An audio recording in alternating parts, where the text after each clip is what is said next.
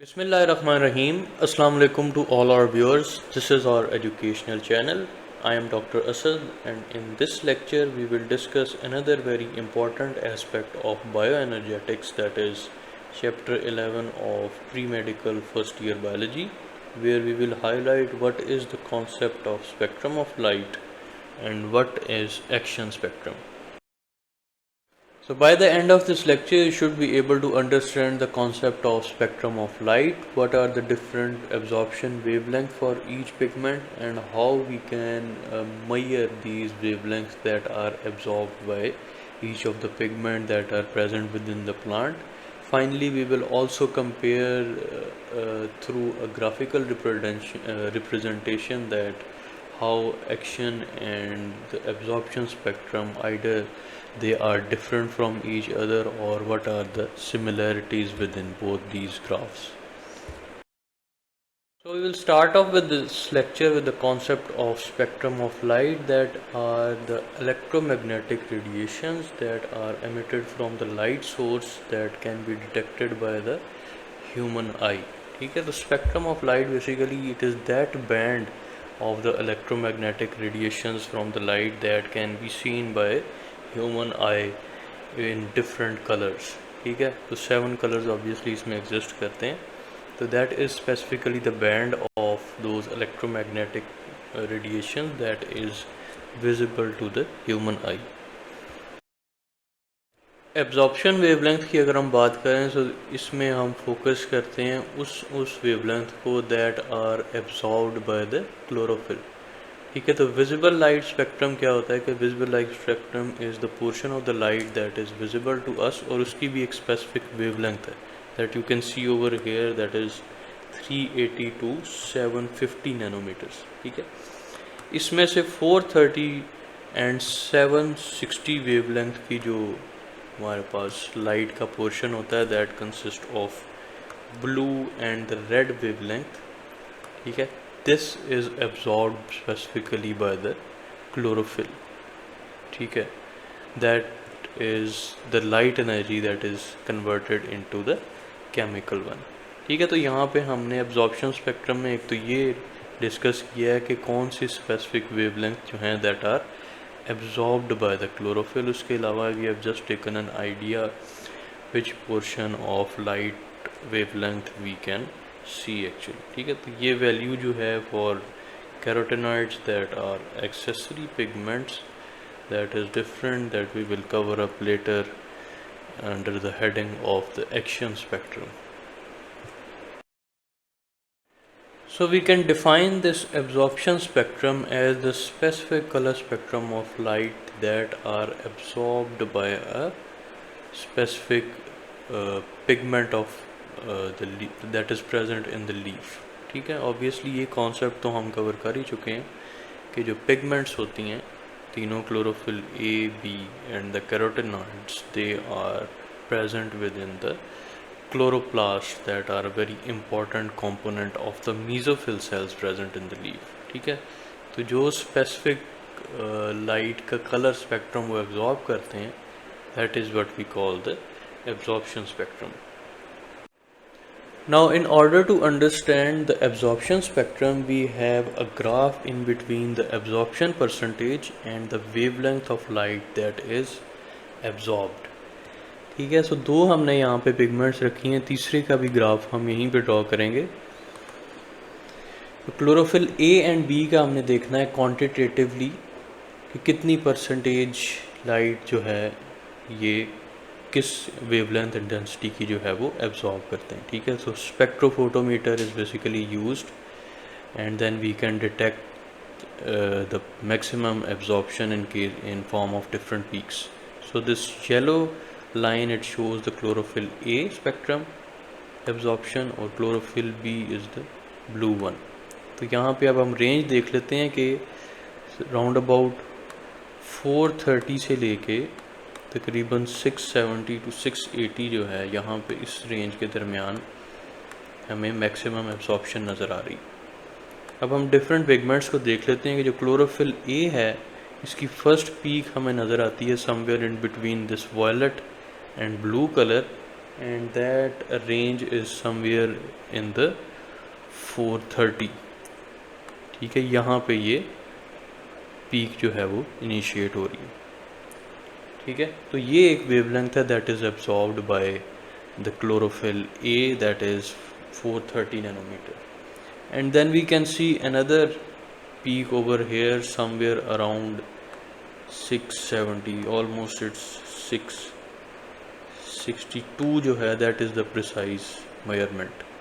ठीक है, तो जो सेकंड वेवलेंथ जो कि तकरीबन ऑलमोस्ट 45% इसकी एब्जॉर्प्शन है that is round about closer to the 660s। ठीक है, यहाँ से ये पीक जो है वो इनिशिएट हो रही है। तो यहाँ से हम इस ग्राफ के बेस के ऊपर बता सकते हैं क्वांटिटेटिवली कि किस रेंज में मैक्सिमम एब्जॉर्प्शन हुई और वो किस कलर की थी। Obviously the violet, and then we have the orange to red range over here. ठीक है, that is obviously relatively less absorbed as compare to this violet blue range. ठीक है, क्लोरोफिल बी के केस में अगर हम जाते हैं तो जो पीक स्टार्ट हो रही है that is starting from somewhere around the 450s। 453 is the precise measurement, यहाँ से इसकी पीक स्टार्ट होती है। So that is somewhere in the once again the colour that is ranging from blue to green. ठीक है, और जो second peak हमें नज़र आती है that is round about somewhere around the 640s। ठीक है, specifically 642 nanometer is the wavelength that is somewhere in the yellow to orange region। ठीक है, तो इस तरह से स्पेसिफिकली क्वांटिटेटिवली हम बता सकते हैं कि कितनी वेवलेंथ है, किस कलर की है और उसकी जो मैक्सिमम एब्जॉर्प्शन है वो कितनी है।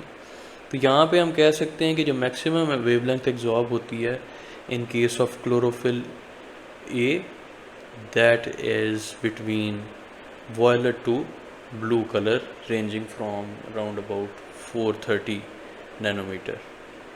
ठीक है, इसके अलावा जो सेकंड परसेंटेज है that is relatively less absorb that is somewhere in the 660s और वो आ जाती है between orange to red colour that is least absorb. Chlorophyll B की अगर हम पीक की बात करें तो that start from 450 that is in between the range of blue to green colour. यहाँ पे हमें ये पीक नज़र आ रही है और सेकंड पीक जो है that is 642 that is around the yellow and orange colour range. ठीक है, कैरोटेनॉइड्स की अगर हम बात करें तो इसकी रेंज होती है बिटवीन 400 टू 500 नैनोमीटर्स। ठीक है, इस तरह से डबल पीक हमें इसकी नज़र आती है।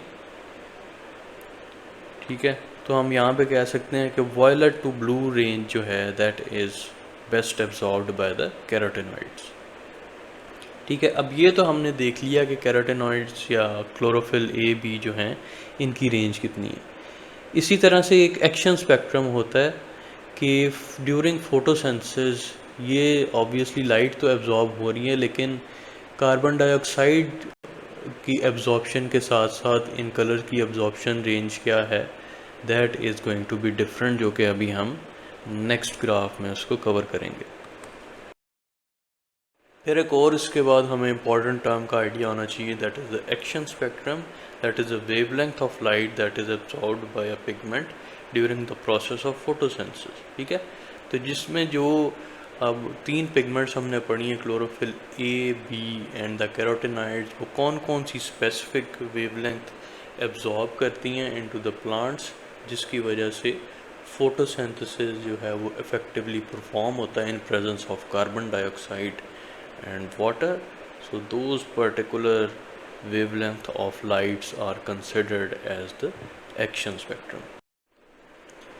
Now in order to understand the concept of action spectrum, इसमें बेसिकली हमने क्या देखना होता है कि action spectrum बेसिकली क्या है कि जो लाइट की एब्जॉर्प्शन है along with consumption of CO2 during photosynthesis वो किस तरह से होती है। ठीक है, इससे पहले तक हमने सिर्फ लाइट की एब्जॉर्प्शन देखी थी in association to the pigments only.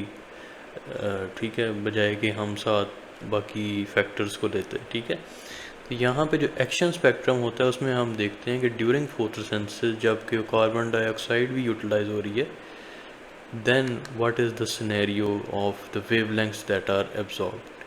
ठीक है, तो यहाँ पे हम देख सकते हैं कि काफ़ी सिमिलैरिटी पाई जाती है in between the peaks of the chlorophyll, specifically chlorophyll A, and the photosynthesis that is occurring. ठीक है, यहाँ पे आप देख सकते हैं कि जो पीक्स हैं वो बिल्कुल एक सिमिलर रेंज में एग्जिस्ट करती हैं 430 टू 450 में, और उसके बाद आप देख सकते हैं समवेयर इन द 650 टू 680 और इवन द 700 रीजन.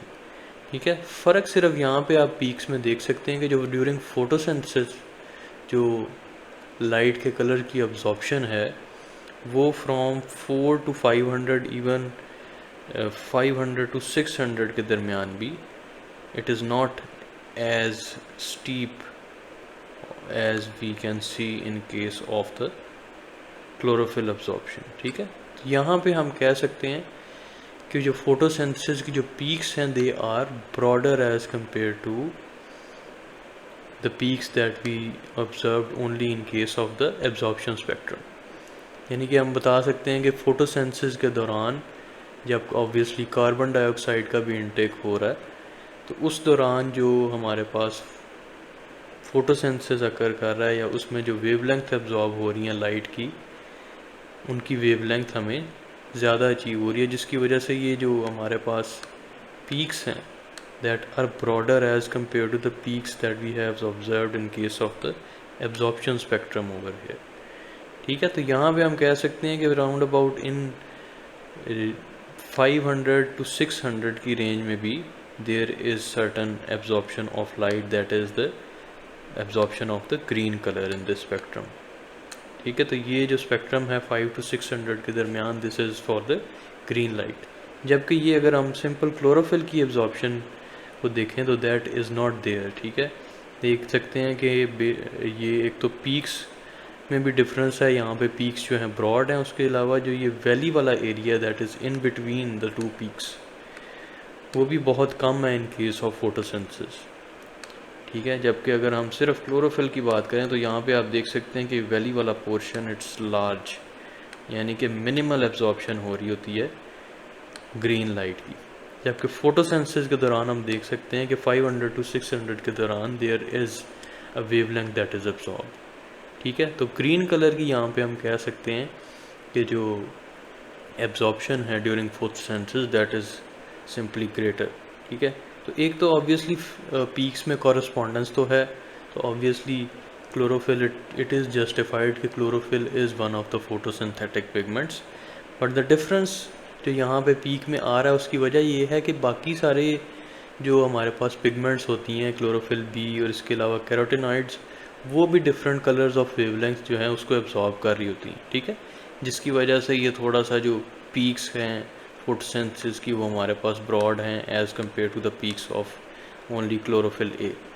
ठीक है, इसका जो डिफरेंस का मेन रीज़न है एक तो ये हो जाता है कि जो फोटोसिंथेसिस के दौरान डिफरेंट पिगमेंट्स एक्टिव हैं तो वो भी अपने अपने हिस्से की लाइट एब्जॉर्ब कर रही होती हैं, जिसकी वजह से ये पीक्स वाला एरिया जो है वो ब्रॉड आ जाता है हमारे पास. ठीक है, जिसकी वजह से हम यहाँ पे कह सकते हैं कि इवन 5 to 600 के दरमियान भी चूँकि बाकी भी पिगमेंट्स प्रेजेंट हैं तो वो हेल्प कर रही होती हैं ग्रीन कलर की एब्जॉर्प्शन में as compare to only chlorophyll A. So this is the marginal sort of a difference between the action and the absorption spectrum. कि एक्शन स्पेक्ट्रम में ऑब्वियसली तमाम की तमाम पिगमेंट्स आ जाती हैं, जिसकी वजह से जो थोड़ी बहुत ये वेरिएशन आ रही है पीक्स में वो एग्जिस्ट करती है. यहाँ पे हम देख सकते हैं this is the chemical formula both in case of chlorophyll A and B. जैसे कि हमने पहले भी पढ़ा था कि इनका एक पोरफायरिन रिंग होता है and that is attach to the phytol hydrocarbon chain. ठीक है, so these are the two chemical formulas, very slight difference, और इस स्लाइट डिफरेंस की बेस के ऊपर ही आप अंदाज़ा लगा सकते हैं कि किस तरह से डिफरेंस जो है वो एब्जॉर्प्शन स्पेक्ट्रम अचीव कर रही होती हैं दोनों types of chlorophylls. This is the end of our video where we have discussed the two most important factors, the spectrum of absorption and the action spectrum, that are very important when it comes to understanding the impact of light during the photosynthesis. Okay, so do like our video, share it with other students as well, and in the comment section do mention if you have any questions relevant to the topics that we have covered in this video.